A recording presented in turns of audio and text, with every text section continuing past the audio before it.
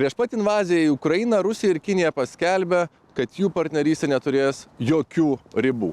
Šiandien Kinijos parama yra kertinė Rusijai tęsiant savo agresiją. Ar ateityje Pekinas ir Maskva gali imtis koordinuoti ir karinius veiksmus prieš savo mažesnės kaimynės, tokias kaip Taivanas ir Baltijos šalis? Tai vienas iš klausimų, kuriuos uždaviau interviu su Taivano viceprezidente Hsiao Bi-khim. Mes taip pat kalbėjomės apie dvišalius Lietuvos ir Taivano santykius ir Donaldo Trumpo politiką. Madam Vice President, thank you so much for taking your time for this interview. Well, thank you for the invitation. I'm very glad to speak to the Lithuanian people. Let's start with geopolitics. We do live in turbulent times. Lithuanians worry about potential Russian aggression. Taiwan faces even growing pressure from China. Madam Vice President, from your perspective, are these threats connected?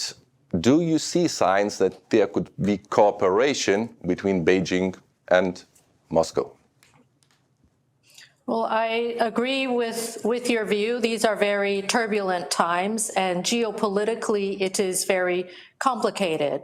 And I think ever since Russia and China got together right before the Russian invasion of Ukraine to announce an alliance without limits, we have seen clear indications of cooperation between these authoritarian states, and not just China and Russia, but also North Korea.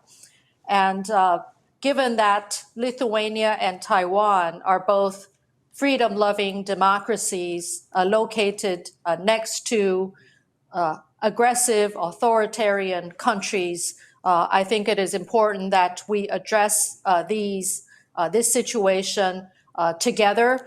And even though geographically we are far apart, but I think there are a lot of shared challenges that we will have to deal with. We'll follow up on that, of course, very shortly. But just to follow up on the previous question, some analysts here in our region, in Europe, argue that Russia and China could coordinate even military action sometime in the future, just to stretch United States' ability and the West ability to respond. In your view, how realistic is this kind of scenario? Well, I note that President Zelensky a while ago made a point that it appears China is not interested in seeing the end of the war in Ukraine. And we have seen that China continues to be a very important partner to Russia, not only economically, but also in supplying industry parts, components that have been boosting the Russian ability to continue the protracted war. But in addition to that, we are also seeing that they are sharing a common playbook, and that is a playbook of not only a military collaboration, but hybrid threats, including psychological warfare, other hybrid means of influence campaigns, cognitive warfare, intervention into our democracies, a lot of fake news, disinformation activities in social media. So there is certainly a lot of commonality that we are seeing, and the fact that there is a common and they are sharing the same playbook, again, highlights the importance that we as democracies also need to work together to deal with these challenges. Inside Taiwan itself, we had some different political narratives, and your political opponent, the leader of Kuomintang party, recently said publicly that she doesn't see Vladimir Putin not as a dictator, and she doesn't feel he's responsible for invasion in Ukraine. Do you believe that in the future, the change in government in Taiwan could move Taiwan to more pro-Russian stance? Is that a possibility? Well, we obviously disagree on this point. We completely disagree with our opposition leaders' assertion about Russia. But at the same time, I do want to highlight to you that I still believe the majority of the people of Taiwan feel strongly about our democracy, and they feel strongly about defending freedom, about the values that we fought so hard to bring about to Taiwan. In fact, we, like Lithuania, are a very young democracy. We only had our first elections in the 1990s, the first free elections, and then the first election of the president in the year 2000. And as a young democracy, of course, we have many challenges in the midst of the geopolitical external environment of massive Chinese disinformation. But at the same time, as I said, the people of Taiwan are strongly freedom-loving people and generally are also very sympathetic to the situation that the Ukrainian people are going through. And that is why we, as a government, but also many members of our private sector, have taken part in providing humanitarian assistance to the Ukrainian people, but also in working with governments like Lithuania and the Czech Republic and Poland in supporting some of the refugee and sheltering facilities around the region. And so I think, we are in complicated times. And again, we cannot remain static as the authoritarian states continue to take very aggressive action. I think we certainly have a lot more to do to ensure that the values that we share, the interests that we have in common are sustained. We do live also in the era marked by Donald Trump, and many say it's unpredictability that is his trademark. Just a few hours ago, before our interview, there was a report that Trump's administrations approved the first military sale to Taiwan in his term. If you could reflect on that, that would be useful. But also, does this reduce some kind of concerns in Taipei that President Trump might, in a way, trade away Taiwan's interests in his dealings with Beijing that are looming? Well, the United States is Taiwan's most important and primary security partner. And we are thankful that the United States continues to review Taiwan's security needs according to the Taiwan Relations Act and provides necessary security assistance to Taiwan's ability to defend ourselves. Of course, that has included over the past years in the form of military sales, but in recent years also some new tools highlighted in the National Defense Authorization Act. And we're also thankful that since the first Trump administration, the United States has regularly reviewed our defense needs and responded accordingly in regular announcements on defense acquisitions and sales to Taiwan. Actually, defense and security cooperation, which is not only codified in the Taiwan Relations Act, it has also remained an area of relative consistency over different U.S. administrations, including the current Trump administration, and we will continue to work closely with them. But of course, we understand that the Trump administration has really focused on the need for allies and partners to also shoulder responsibilities of their self-defense. And so Taiwan, in addition to over the last 8 years, increasing our own defense spending by about 80%, will continue to invest more in our self-defense.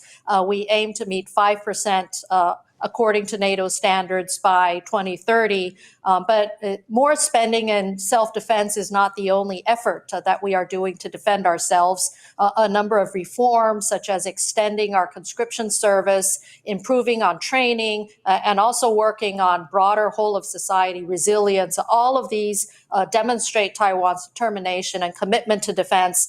And of course, with our own commitment, the United States also continues to support us, and we will work closely together. Our goal is to prevent conflict and to maintain peace. And we also believe President Trump has made peace an important part of his administration's agenda. And we are eager to work together to ensure that peace and stability can prevail in this region. Let's turn, Madam Vice President, to bilateral relations between Lithuania and Taiwan. When Lithuania hosted a Taiwanese representative office, there were quite high expectations for economic operations.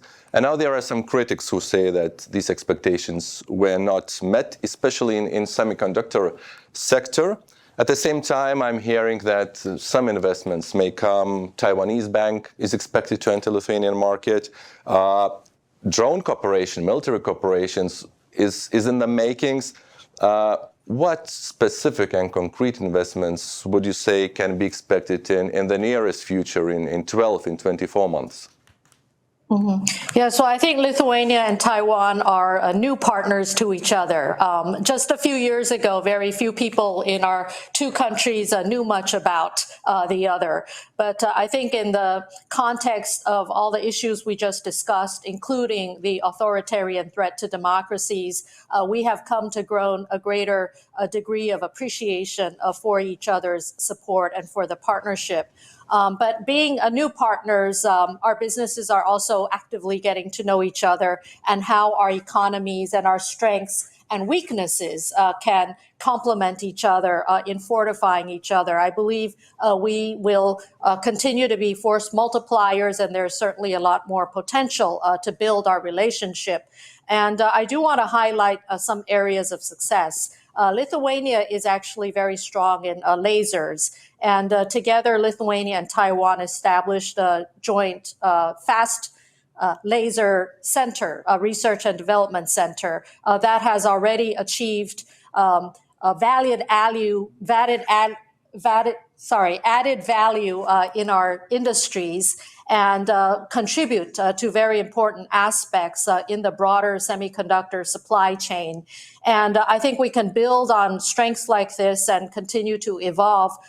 Some Taiwanese companies have also forged partnerships with Lithuanian counterparts in modern agriculture, also in medical sectors and industries. And as you pointed out, I think the drone sector or the defense industries might be a very important area of collaboration since we are both working to make our defense sectors much more resilient and less dependent on parts and components coming from unreliable places. That among democracies, we need to have trusted and reliable supply chains, whether they are batteries or lenses or gimbals or other parts of the broader drone or robotics and unmanned systems. We do look forward to working with Lithuanian industry in this regards. And a number of Taiwanese and Lithuanian companies have been engaged in very specific discussions on this. On the other hand, Lithuania so far remains the only European Union country that allowed the establishment of Taiwanese office using the name of Taiwan. No other EU member state followed. We heard there are discussions with Estonia. Would you admit that this shows that there was kind of lack of progress to show it a success story? Well, as I said, we have to build on our relationship. It is a very new relationship. And Lithuania is very well known now in Taiwan as a strong friend, as a strong partner, as a partner, especially with shared ideas and shared values. And I think that is an impetus for further collaboration. And Lithuania, you're right, is the only country in Europe that has an office with the name Taiwan. And Lithuania, I think, has been very courageous in withstanding all sorts of coercion coming from authoritarian societies. And I think that also highlights the importance of Lithuania in terms of value-based diplomacy. And we will continue to look for opportunities to develop the substantive economic and partnership in all the other areas that I just mentioned. Madam Vice President, thank you so much for spending time with us. Well, thank you for this opportunity.